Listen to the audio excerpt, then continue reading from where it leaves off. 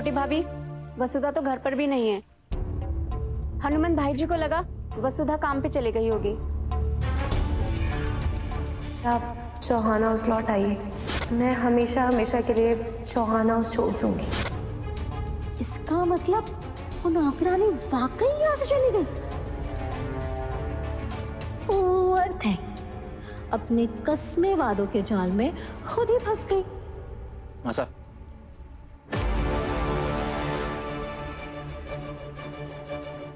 अभी करिश्मा के साथ खड़े हो।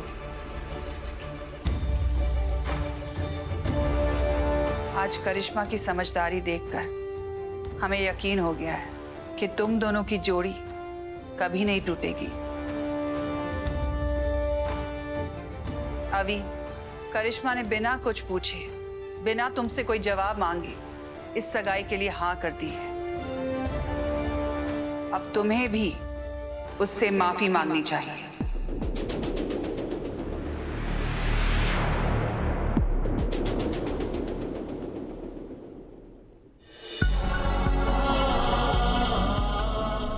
करिश्मा, आई एम रियली सॉरी। जो कुछ हुआ मेरी गलती थी। Let's get engage.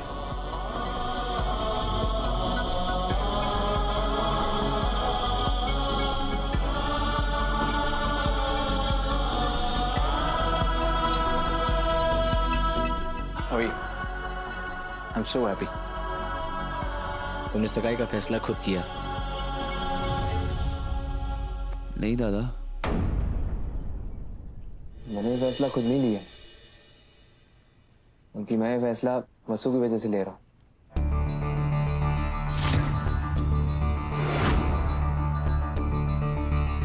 मतलब? आज सुबह जब मैं सो करके उठा था तो मेरे बेड के पास मुझे ये चिट्ठी मिली।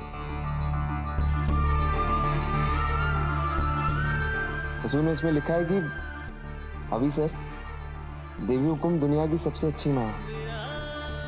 ऐसी माँ जो हमेशा अपने बच्चों का भला चाहती है। उन्होंने 1000 बार सोचकर करिश्मा मैडम को आपके लिए चुना होगा। सगाई के दिन जो कुछ भी हुआ उसे भूलकर आप आगे बढ़िए। देवी हुकुम के फैसले का सम्मान कीजिए। हमारे और आपके बीच दोस्ती का जो पवित्र रिश्ता है, आपको उस रिश्ते की कसम करिश्मा मैडम से सगाई कर लीजिए। मैं जहाँ भी होंगी, जैसी भी होंगी, बहुत खुश होंगी और आप दोनों के लिए हमेशा प्रार्थना करूंगी।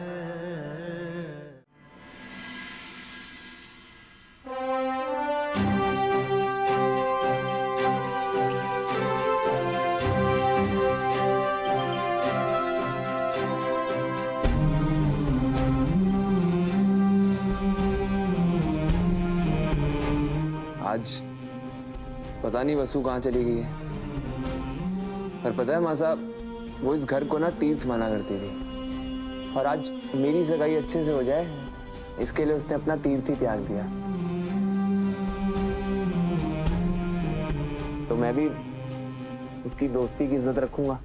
जैसा उसने कहा था बिल्कुल वैसा ही होगा। मैं तैयार हूँ सगाई करने के लिए।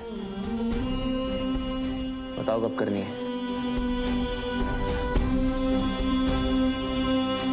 लेकिन वसु कहाँ चली गई?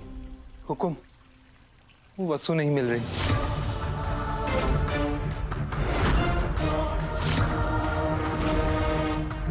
बाबू, अब परेशान मत होइए, वसु को ढूंढकर मैं लाऊंगा।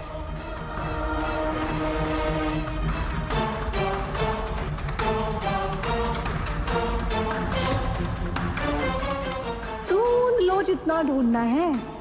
पहली बात तो वो मिलेगी नहीं, और अगर मिल भी गई तो लौटेगी नहीं, क्योंकि उसे अच्छी तरह से पता है इस घर में या तो मैं रहूंगी या वो।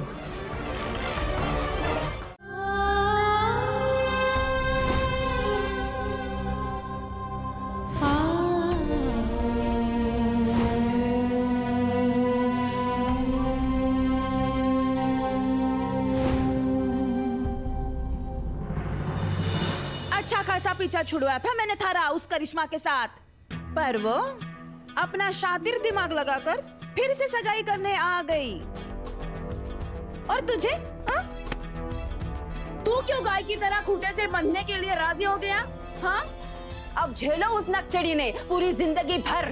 क्योंकि साहब आप तो जानते हो ना मुझे करिश्मा से शादी नहीं करनी है। मैंने सबके सामने सेल्फिश होकर के ये तो बोल दिया कि मैं वसु से प्यार करता हूँ, लेकिन एक बार भी ये नहीं सोचा कि वसु के ऊपर क्या बीतेगी। 3 दिन हो गए हैं, लेकिन जाकर के उससे माफी नहीं मांगी है मैंने। और आज कहीं चली गई है वो ये लेटर को लिख करके।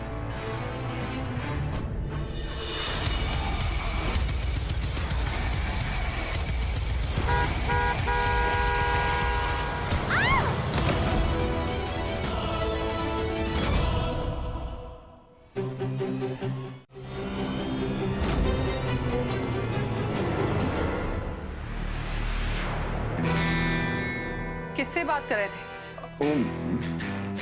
मतलब अपने फ्रेंड से बात कर रहा था। वो तो अच्छा हुआ कि दरवाजे के नीचे से मारे को भाभी सा की चप्पल दिख गई। अगर भाभी सा ने दिख जाता कि बेटे के साथ मारे भी साठ-गांठ थी, तो बाल पकड़कर मारे को घर से बाहर निकाल कर ही मानती। मासा मारो मुझे, मासा आप मारो, मासा मारो, मारो मुझे, मारो। अविनाश, माफ कर दो मासा मुझे प्लीज।